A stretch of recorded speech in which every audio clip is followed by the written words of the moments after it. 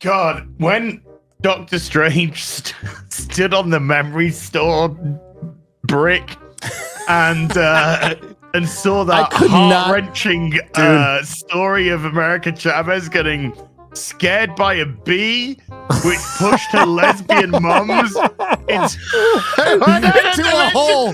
I'm not even joking. Dude, okay. That's one of those moments where if you're Doctor Strange, you see all of that, you just sort of look at her and like, the fuck? What was that? What happens the next time America Chavez sees a bee? And then she like break down at PTSD? Yeah. Swarm should be her arch enemy. Swarm. In the cartoon, he's all swarm. Swarm.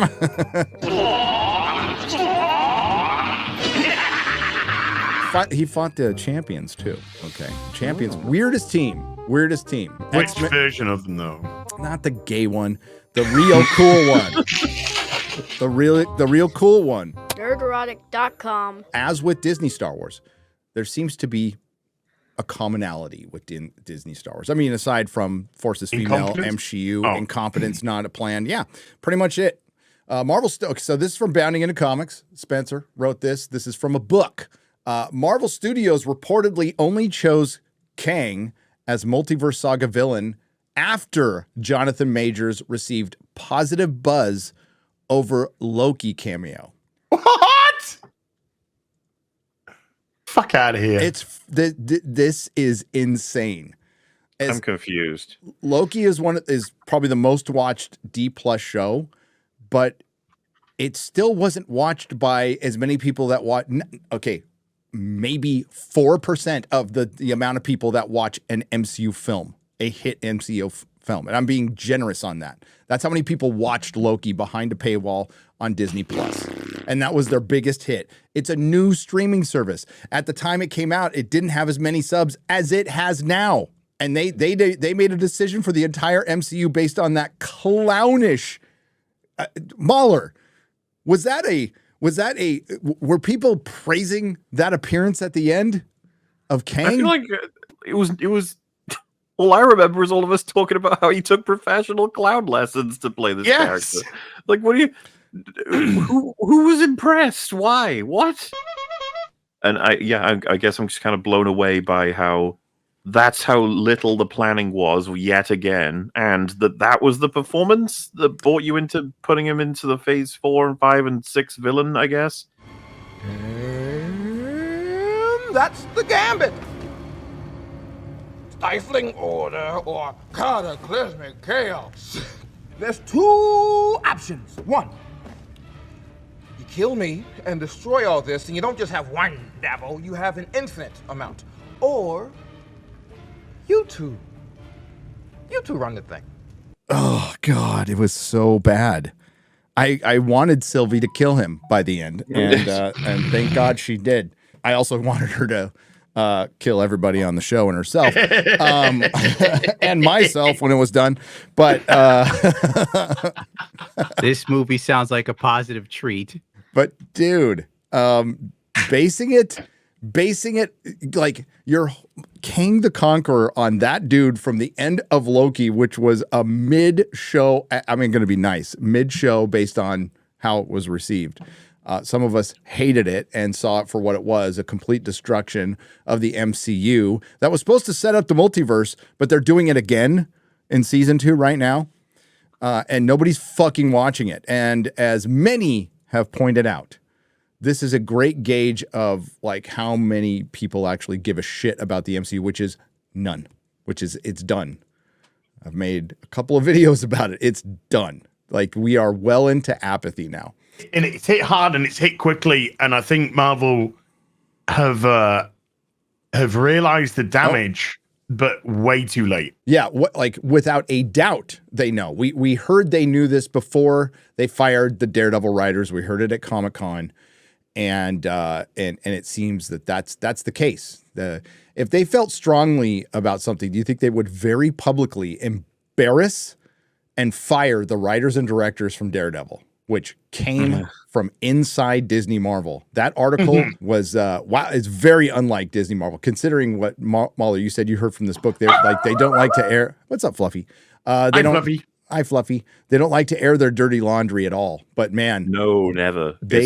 Kevin Feige's all about being clean, being seen as clean, which is the Disney way. But it's like that sheen of what's that film, House of Wax, like where you peel away the layer, and then it's all this rotting flesh underneath. That's what Disney is. Yes. For all the Marvel Studios promotion of Kang the Conqueror as their shared cinematic universe next big bad, it seems that the decision to feature him in a role was only made after the villain's actor Jonathan Majors received positive buzz for his portrayal. You want to talk about hearing what you want to hear? By the way, this is the book we're talking about, The Reign of Marvel Studios, and apparently it's a tell-all. It's a bit of a tell-all. I ordered it myself. It's also available on the Audible. And yeah, MauLer, you said we get some dirty laundry in this a little bit. It is a curious title too, The Reign of Marvel Studios, as though it's over. Because it is. Which, I mean, it is. Like, yeah. I seem to recall a few of us making videos saying Marvel was doomed 2 years ago. Yeah, we've been calling this for a long time, and it's just cool to see. It's like with every day that passes, we get more confirmation, and then it's especially interesting when you get stories about what was happening all those years ago that now like wasn't available as information at the time, and yet we would speculate on. We'd be like, seems like this stuff is happening because this book apparently covers all phases, and it even talks about the future of the MCU, which I believe, I haven't got the quotes on hand, but I believe they talk about how the plan is to reset, yes, and refocus with different heroes and stuff. Which, could you imagine the time to reset probably would have been, with full momentum, so that you can get everybody to believe that you can tell the great big story again. But it's like DC. It doesn't come across as though it's like, oh, we want to tell you another story now. It comes across as though, like, guys, you're going to come back if we reset, maybe? Yeah, that you fucked up a bit because their biggest mistake from the beginning was not recasting. Just, you don't kill off Captain America and Iron Man. It's fucking stupid. I don't think resetting is going to work. No, it is not going to work. As MauLer just said, it is admitting failure. That's the way a lot of people are going to perceive it because it's true. Okay, so back to Marvel's big plan. The insight into Marvel's ongoing scramble to find a post-Endgame sense of direction was first divulged to the public by authors Jonah Robinson, David Gonzalez, and Gavin Edwards in their newly released retrospective MCU, The Reign of Marvel Studios. I will also point out that there are creatives who were previously involved with Marvel who are not and will not be anymore, that hated their experience so much that they're willing to talk to people behind the scenes. I bet you they talked to them. I'm betting they did because it's been like this for a while. Speaking to the studio's decision to begin heavily relying on the multiverse as a narrative tool, the authors recalled how the concept's MCU debut in Doctor Strange Mom, MauLer's favorite movie. Oh, yeah. Opened up new possibilities for storytelling. Is that how you would look at it? I think it really kind of closed the door. I think it did the opposite. Gave people the courage to just fucking throw anything at the wall and see if it sticks. It opened it up. It's like we're gonna Jackson Pollock this stuff. Now, my personal opinion of Jackson Pollock is he was a drug addict and an alcoholic that tricked everybody into thinking he was an artist, and he just splattered shit on that's my opinion of him. So, however, the new avenues for fan service, Multiverse of Madness, featured not only the all-star Illuminati. Did it though? Were they all-star? And remember, they're not there together. Oh, they're not. These are all filmed separately, by the way. Yes. Man, look at I didn't realize. Look at that. And it shows because Captain Marvel. None of them are reacting to anything that's going on. Remember, it looks like she's about to sit on something on a stripper stage. Yeah, Rambo is sitting. What the fuck is she doing? She's got a Rambo something. You're right. Agent Carter on the left. That was filmed 6 months prior to Black Bolt.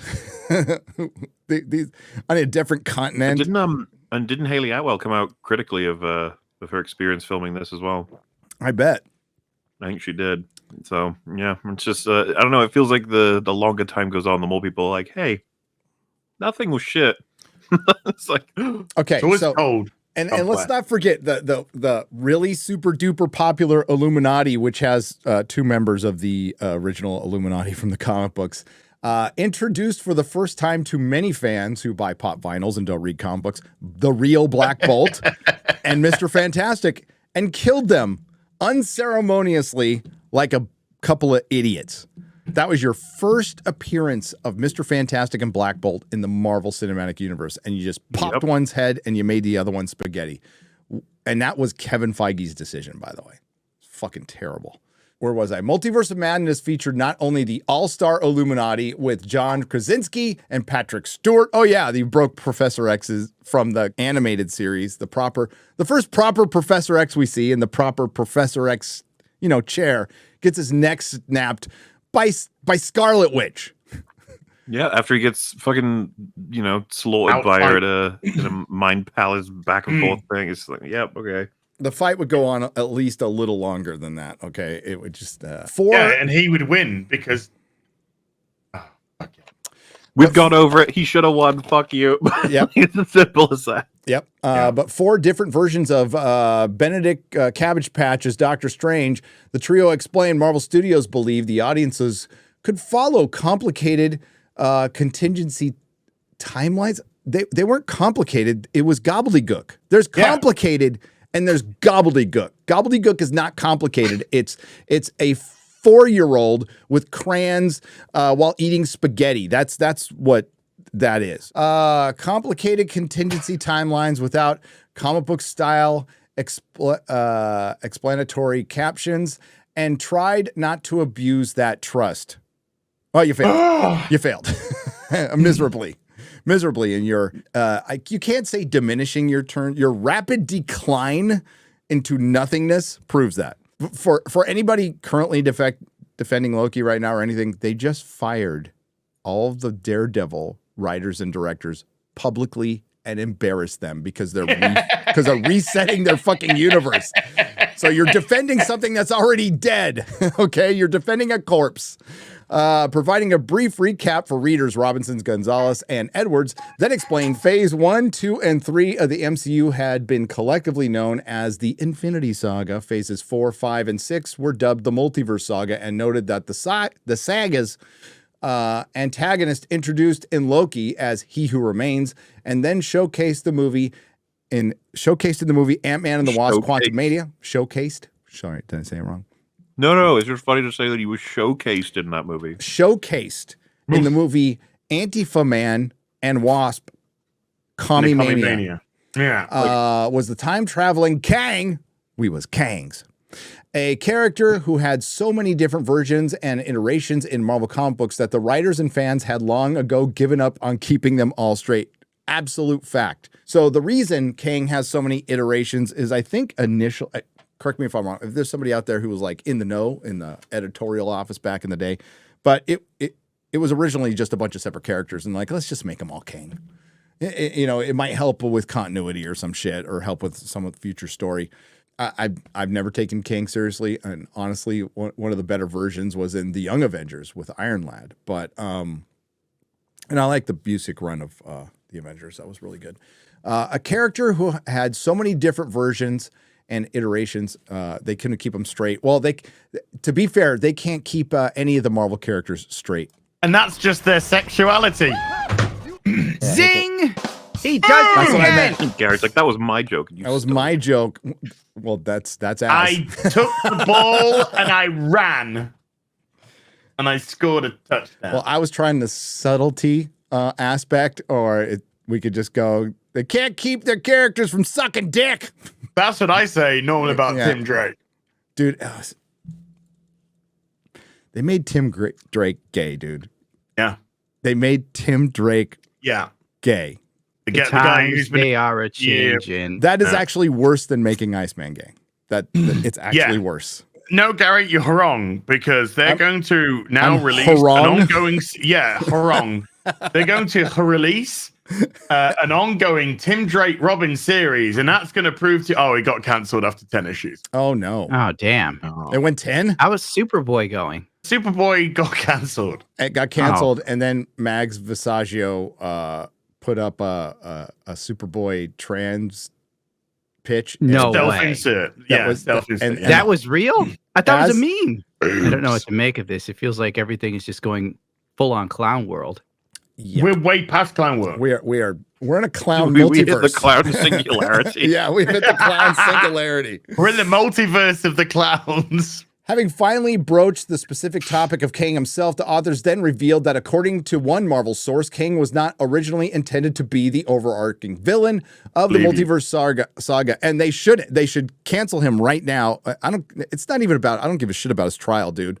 But one of the better things in the weakest of the Guardians of the Galaxy movies that I did like was the high evolutionary and his motivation. I think you could play with that a lot more, and that would be a lot more frightening than just defeating a bad guy over and over again, and all he gets is replaced by copies of himself. That there's no stakes. Yeah, and I thought in that. the actor was more intimidating as well. Yep, better acting, better concept of a villain that He can was lead to many things that can be bigger villains.